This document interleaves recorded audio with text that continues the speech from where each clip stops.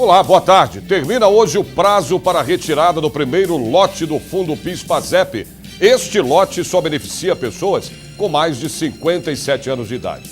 A partir do dia 14 de agosto, o PIS/PASEP será pago para todas as faixas etárias. Tem direito ao benefício quem trabalhou com carteira assinada entre 1971 e 1988. E você vai ver também no Jornal da Assembleia de hoje. Audiência pública do orçamento. Reunião de hoje foi em São José dos Campos. Plenário aprova projeto de lei que aumenta a taxa judiciária sobre serviços públicos forense. Fórum debate políticas públicas para defender crianças e adolescentes de ataques raciais. Audiência pública debate projeto de lei que favorece microempresas paulistas. A partir de agora, no Jornal da Assembleia.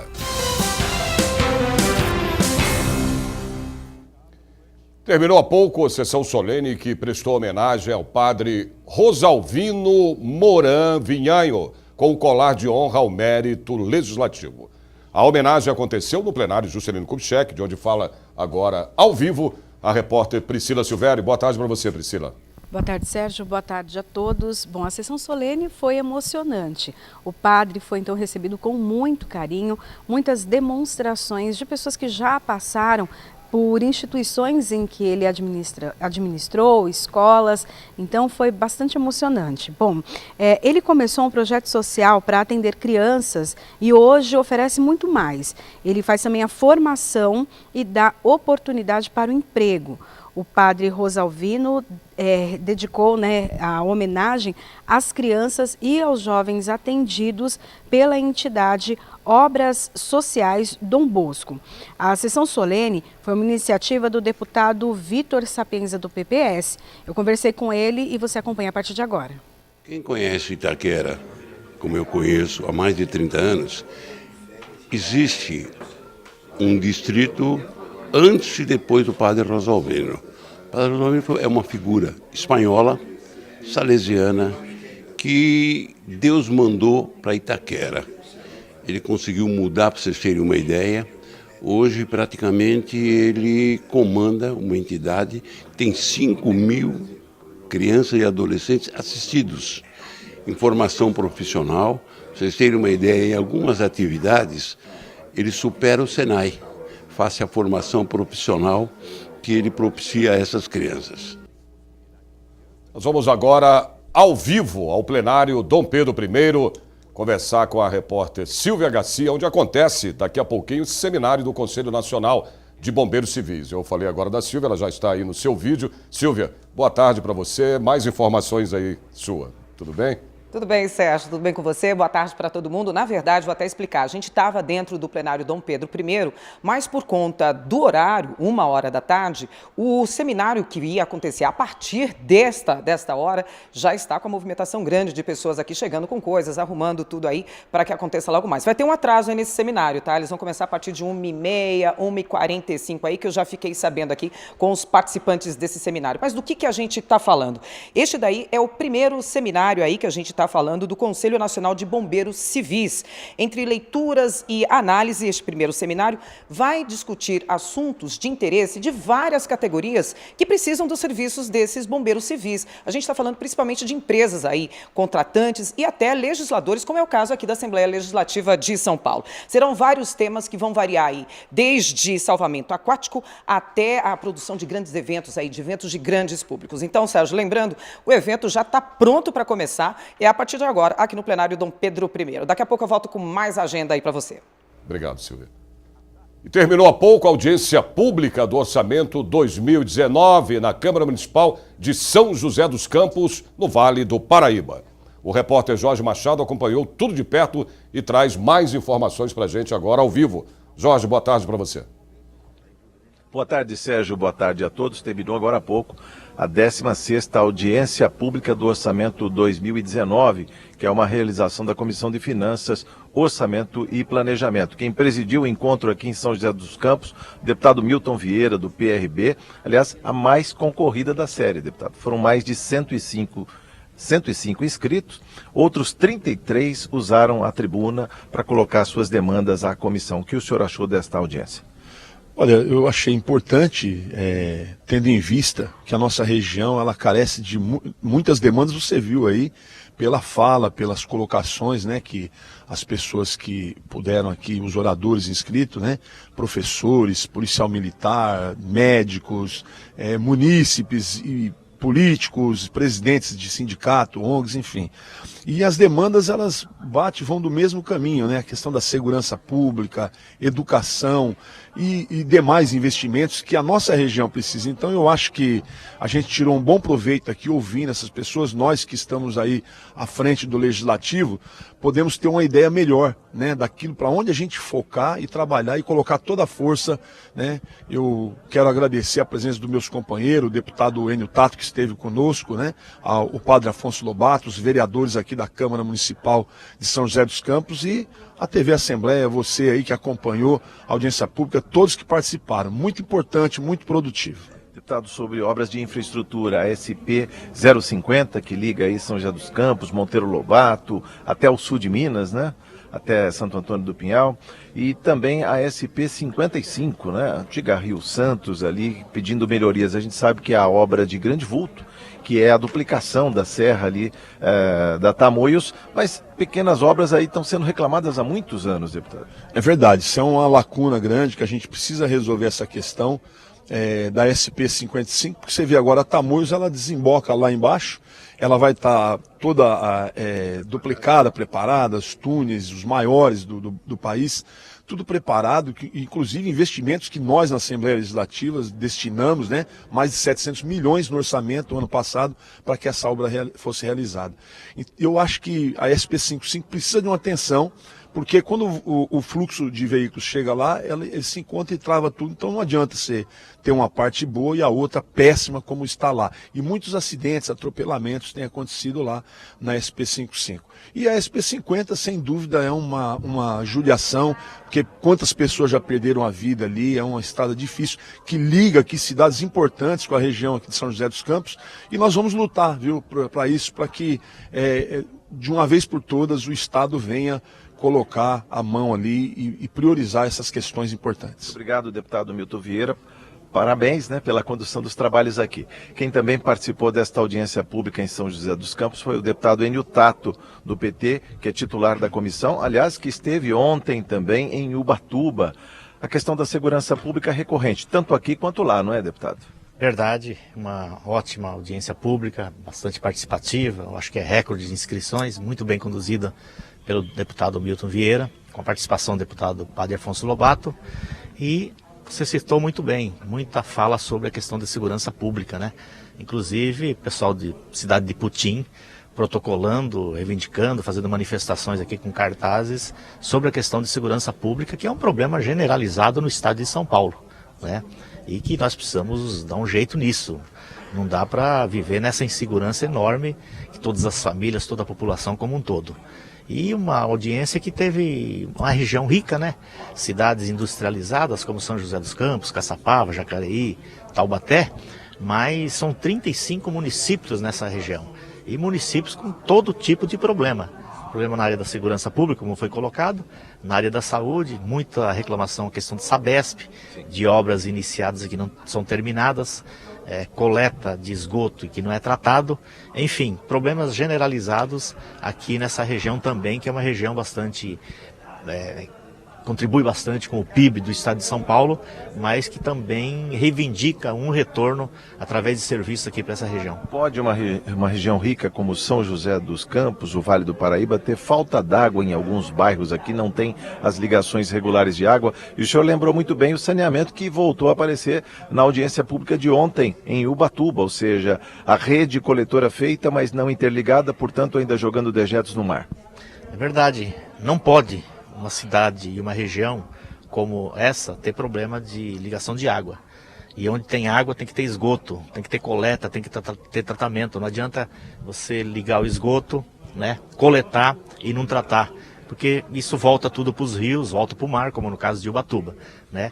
E o problema da Sabesp é aquele velho problema, né, que foi privatizado parte, 49% das ações vendidas, e esse lucro deveria ser investido, pelo menos sua grande maioria, em reinvestimentos, né? investimentos em saneamento, em água, em tratamento, e infelizmente está indo para os acionistas. Os acionistas têm direito, né, porque eles investem, mas a grande parte tem que ser devolvida para a população em benefícios. E a Sabesp, infelizmente, hoje não está fazendo o dever de casa. É muita reclamação no estado de São Paulo, na capital, na região metropolitana, a respeito da Sabesp. Muito obrigado, deputado Enio Tato, parabéns aí no seu mandato. Lembrando a audiência de ontem, Ubatuba foi presidido pela deputada Ana do Carmo, também do PT. E o próximo encontro da Comissão de Finanças, Orçamento e Planejamento acontece ainda hoje, a partir das 19 horas, na Câmara Municipal de Bragança Paulista. Esse encontro deve ser presidido pelo deputado Edmir Chedi, do Democratas. Sérgio, com você. Obrigado aí pelas suas informações dessa audiência pública, Jorge. E os deputados aprovaram na última sessão extraordinária o projeto de lei de autoria do governador que aumenta a taxa judiciária sobre serviços públicos de natureza forense. Veja agora na reportagem do Jeremias Gomes.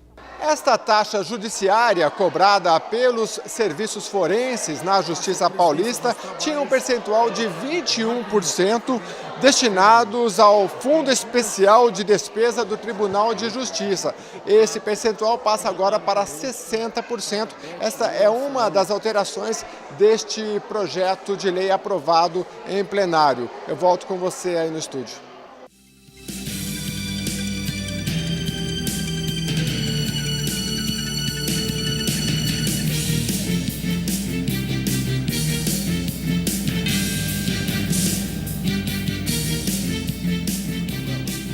A Comissão de Assuntos Econômicos faz audiência pública que debate projeto de lei que favorece microempresas paulistas. Nós voltamos em 1 minuto. Até já.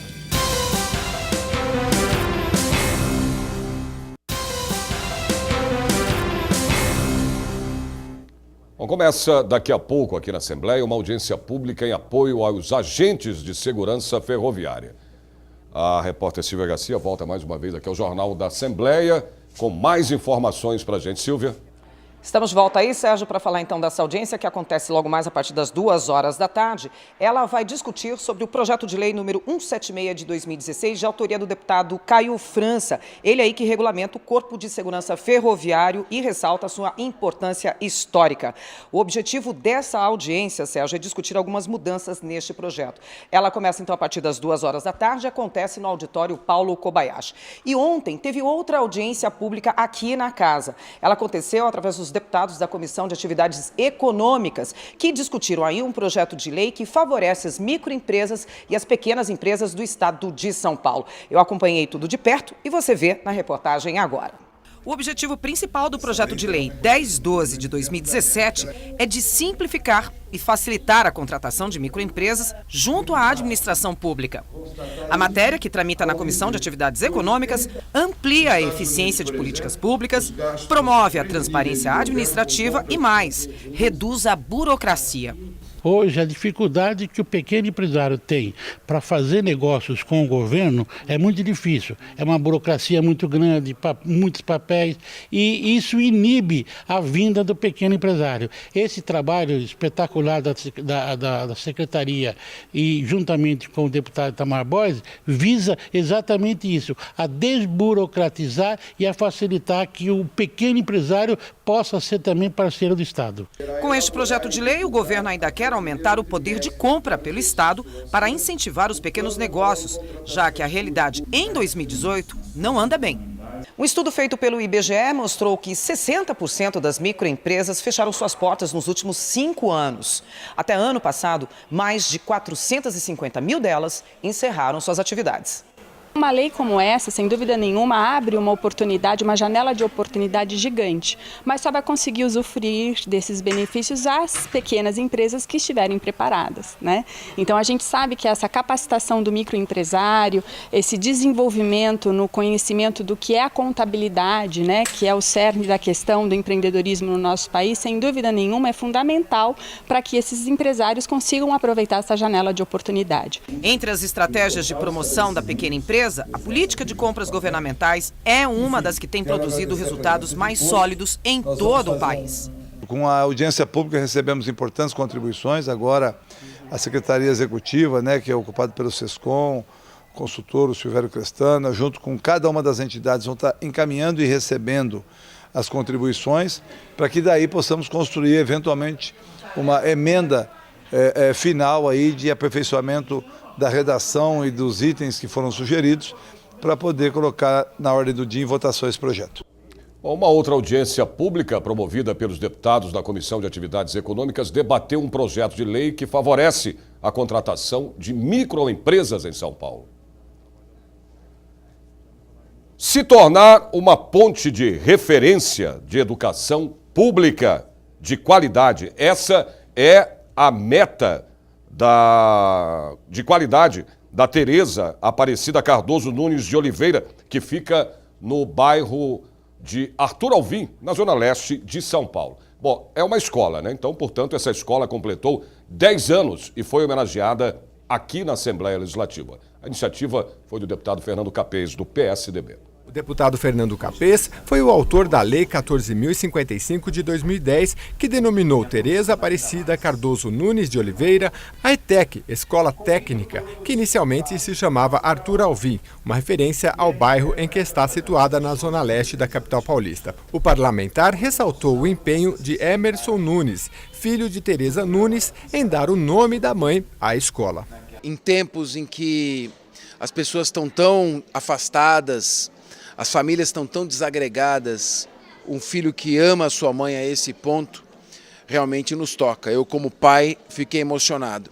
Aí eu fui conhecer a vida da Tereza Nunes e vi que se tratava de uma grande educadora, precocemente levada pelo câncer e que havia dedicado parte substancial de sua vida para a ETEC de Arthur Alvim. A professora Tereza Nunes era empresária, jornalista e tinha um trabalho social na região ligado ao movimento de moradia. E esse movimento se transformou na Associação São Paulo Diferenciado. E nos seus 2 movimentos de moradia, aqui na capital e em Jaboticabal, cidade onde ela nasceu. O ato solene, realizado no auditório Franco Montoro, teve apoio da liderança do PSDB. Marlon da Silva Oliveira, diretor da ETEC, falou do trabalho realizado pelos atuais profissionais e das gestões anteriores da escola. Nós temos procurado oferecer à comunidade local cursos profissionalizantes de rápida inserção no mercado de trabalho, como de eletrotécnica, eletrônica, automação industrial, recursos humanos, secretariado, administração. Temos feito parcerias com algumas empresas, para que os nossos alunos tenham a oportunidade do primeiro emprego, de estágios. As ETECs, escolas técnicas, e as FATECs, faculdades técnicas, são geridas pelo Centro Paula Souza, autarquia do governo do estado de São Paulo. A ETEC Tereza Nunes oferece 11 cursos entre técnicos e técnicos integrados ao ensino médio. Um seminário aqui na Assembleia Legislativa discutiu as diferentes formas de tratamento do câncer e a necessidade de estudar a doença caso a caso. A estimativa do INCA, que é o Instituto Nacional do Câncer, é de 600 mil novos casos da doença só este ano. O diagnóstico precoce e o tratamento adequado aumentam as chances de cura. Para discutir o tema, especialistas se reuniram no auditório Paulo Kobayashi para o seminário A Nova Cara do Câncer, os desafios da medicina personalizada. Hoje o câncer está se tornando uma doença crônica e muito se deve à medicina personalizada. Então o paciente ele tem que ser olhado de uma forma individual, Cada paciente, cada tumor tem a sua especificidade e hoje está se desenvolvendo várias terapias alvos exatamente para esse tipo de tumor. E a gente precisa discutir isso, porque quando a gente vai para o cenário do SUS, hoje nós temos uma terapia para todo mundo igual. E a gente tem que mudar isso. O Dr. Marcelo Cruz é pesquisador na Universidade de Chicago. Ele falou sobre os desafios do tratamento personalizado e as políticas públicas para o acesso às novas tecnologias. Você selecionando melhor a terapia, você consegue utilizar um medicamento que vai controlar melhor o tumor, aumentar as chances de vida do paciente. E a segunda coisa é reduzir efeitos colaterais.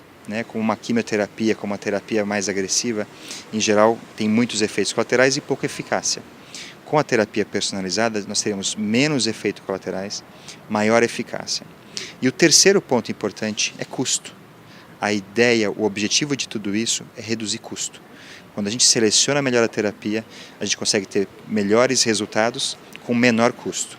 O seminário foi realizado pelo Instituto Lado a Lado pela Vida, com o apoio do ILP, o Instituto do Legislativo Paulista, e o NAI, Núcleo de Avaliação Estratégica da Assembleia. Caminhando junto aqui porque a nossa forma de contribuir é com as novas políticas, talvez seja para o Executivo Federal, o estadual, e para que as novas tecnologias sejam implantadas até para baratear futuramente os tratamentos de câncer.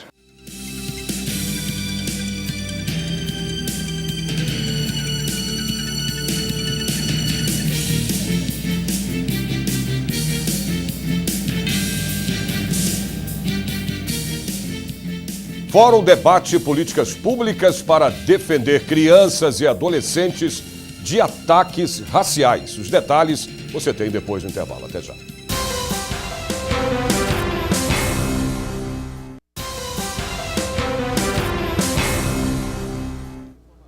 O fórum debateu o racismo e as necessidades de políticas públicas voltadas a crianças e adolescentes vítimas da violência racial. Um grupo de norte-americanos da Fundação Martin Luther King participou do debate aqui na Assembleia. A reunião abriu com a fala do Dr. Charles Steele Jr., ativista social, que apontou a situação do negro nos Estados Unidos. Ele afirma que em 50 anos nada mudou para a população negra. Um exemplo são os salários. Segundo o Dr. Steele, a população branca chega a ganhar em média $175 mil no ano. Já os afro-americanos recebem apenas $20 mil em média. A experiência norte-americana mostra muito disso.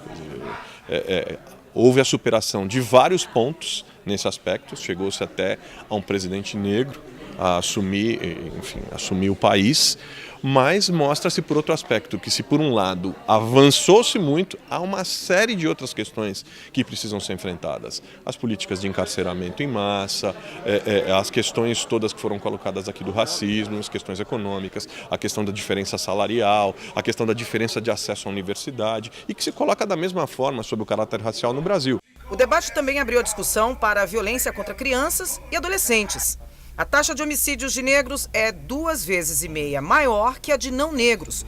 E 70% das vítimas de estupro no Brasil são crianças e adolescentes. Nós estamos próximos da concretização do primeiro comitê estadual pela redução de homicídios na infância e na adolescência em São Paulo. Isso é fundamental, é uma parceria inédita da Assembleia Legislativa via Comissão de Direitos Humanos, que eu presido, o UNICEF, Fundo Internacional da Infância das Nações Unidas, e o Governo do Estado de São Paulo. Encontra-se nesse momento na mesa do governador, a gente aguarda ansiosamente a assinatura do governador Márcio França, mas eu não tenho a menor dúvida de que esse comitê também será um instrumento importantíssimo para a gente avaliar, para a gente fiscalizar, para a gente monitorar e, mais do que isso, para a gente qualificar as políticas públicas voltadas para essa população, crianças e adolescentes, que são grandes vítimas da violência no nosso país.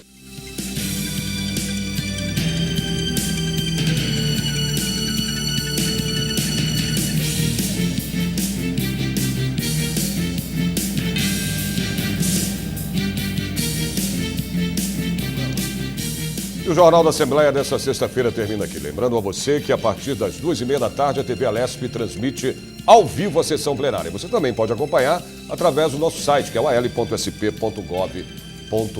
E hoje, às 6h, a TV Alesp transmite a audiência pública do Orçamento 2019, direto da Câmara Municipal de Bragança Paulista. A gente se vê de novo na segunda-feira, a partir do meio-dia. Espero vocês, hein? Um ótimo final de semana.